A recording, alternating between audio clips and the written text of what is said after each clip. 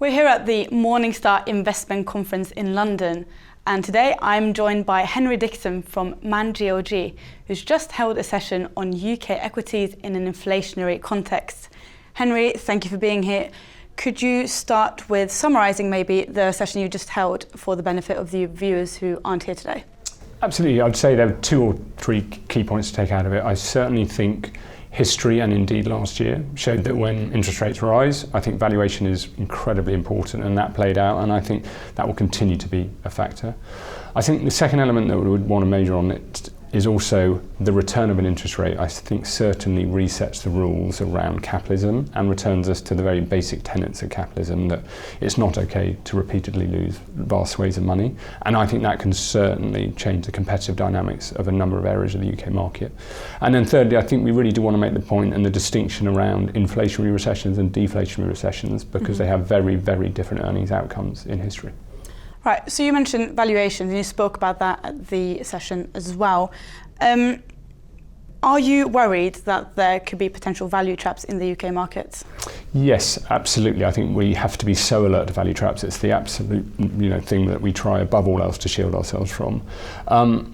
I would certainly say with regards to value traps, the 2 that we've detected, and we go to every large loss in the UK market, but certainly I think bad balance sheets are at their core.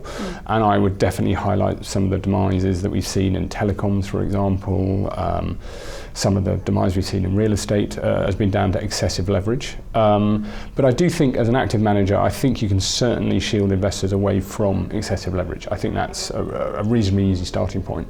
The next area I think that we need to be sort of thoughtful about with regards to value trap is structural displacement, competitive displacement. But I do think after a very brutal decade with regards to new entrants, I do think that new entrant competitive threshold is diminishing. So I'd suggest that portion of value traps, I think, is going to be less of a feature going forward. Okay. So lastly, talk about politics for a second. The UK government, they're looking to revive the City of London. What are your thoughts on some of the plans that have been outlined?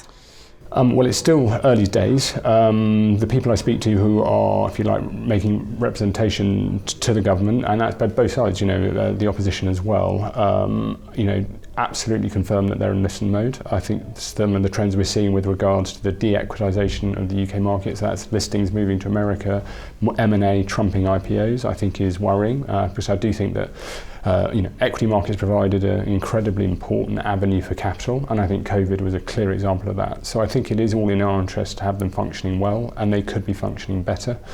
But certainly I think with regards to regulation, a starting point is the low allocations, almost the sort of regulatory fact that pensions aren't allowed to hold UK equities is clearly something that we wouldn't see in Australia, America, other developed markets. So I think that needs to be addressed as a starting point as well.